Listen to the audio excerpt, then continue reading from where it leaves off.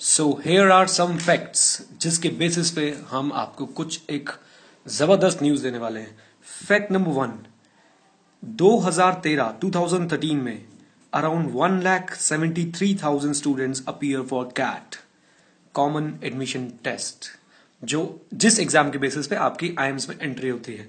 Fact number 2, out of this 1,73,000, 95,000 students scored a 0 or negative mark. Fact number 3, cut off. IIMs की cut off, IIMs की जो cut off होती है वो आपको वैसे तो आईएम्स डिक्लेयर करता नहीं है, बट हाँ क्योंकि वो एक पब्लिक नॉलेज है, तो जैसा कि आप सब जानते हैं India is a democratic country, तो हम लोग आरटीआई के थ्रू उसके बारे में पता लगा सकते हैं। एक भले मानस ने जिसका नाम है दीपक मेहता आरटीआई फाइल करी और आरटीआई फाइल करके आईएम्स की कट ऑफ निकलवा ली।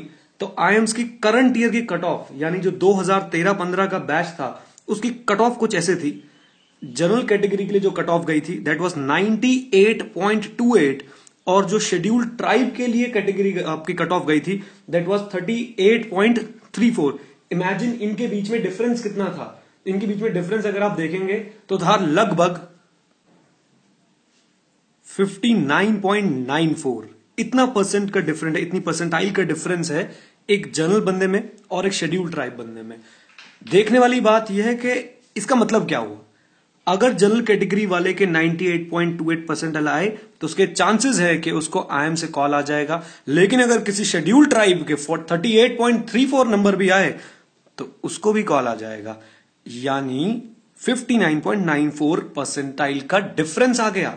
ओके, अब चौथा फैक्ट जो मैं आपको बताने वाला हूं वो सुन के शायद आप जहां बैठे हैं वहां से उछल जाएंगे, और वो चौथा फैक्ट ये है कि अगर आप कैट के एग्जाम में एक भी क्वेश्चन अटेम्प्ट नहीं करते, इवन यू अटेम्प्ट 0 क्वेश्चन, आप सिर्फ अपना नाम लिख के आ जाओगे, आपने 0 क्वेश्चन अटेम्प्ट किए हैं, you just right your name, कुछ आइडिया है कितने नंबर मिलेंगे? यू विल गेट अप्रोक्सीमेटली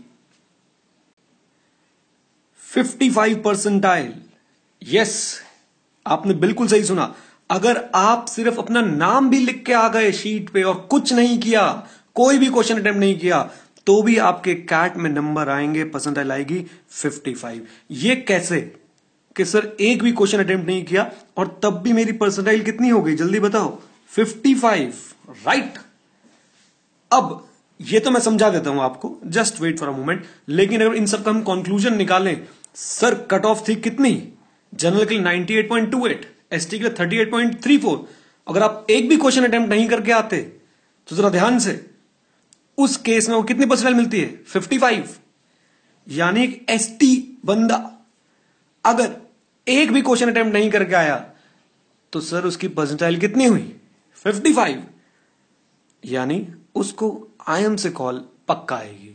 और एक जनरल बंदा अपनी जी जान लगा के सारी कोचिंग लेके पता नहीं क्या क्या करके कितना कुछ करके आया सर, और बाई चांस सोच के देखो उसकी परसेंटाइल रहेगी 98.27, he will never receive a call from IIMs.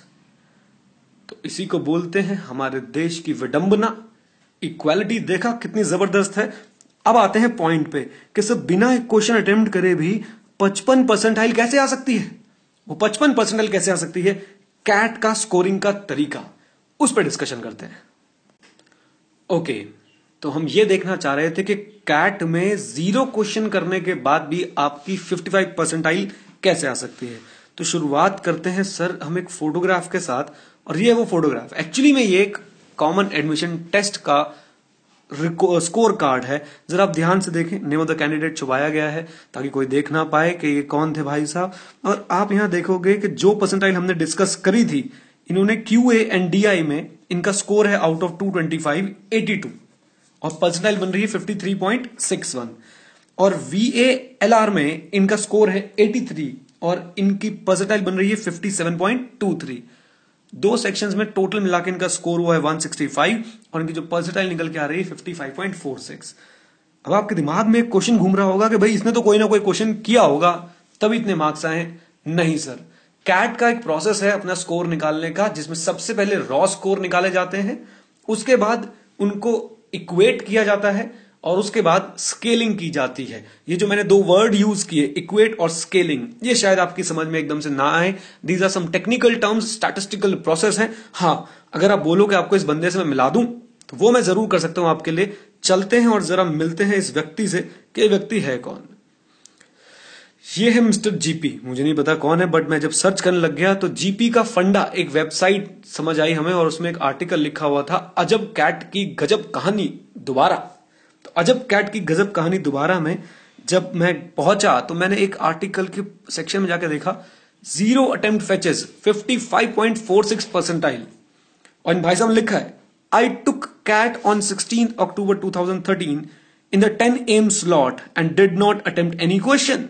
और जो मार्कशीट अभी हम देख रहे थे, सेक्शन 1 में 53.61, सेक्शन 2 में 57.23 और ओवरऑल सेक्शन में 55.46, ये इन्हीं भाई साहब की मार्कशीट है। और यहां पे इन्होंने एक लाइन भी लिखी हुई है, as I have confirmed earlier on Facebook the CAT score card doing the rounds with the above score is mine. तो ये रही सर उस बंदे की मार्कशीट जिसने कुछ भी अटेम्प्ट नहीं करा था। ये भाई साहब किसी कोचिंग सेंटर के लगते हैं और इन्होंने सिर्फ कैट को समझने के लिए काम किया था।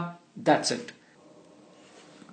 सो आई होप आपको ये जितने फैक्ट्स आपको बताए गए, इनसे आपको पता चला कि अगर आप शेड्यूल ट्राइब नहीं है तो आईएम्स में जाना बड़ा मुश्किल है, लेकिन अगर आप शेड्यूल ट्राइब है तो सिर्फ पेपर ब्लैंक छोड़ के आ जाओ और आईएम से कॉल आ जाएगी। तो अब क्या करना है सोच लो, अवेयरनेस फैलाओ, लोगों के साथ शेयर करो और कोशिश करते हैं इस सिचुएशन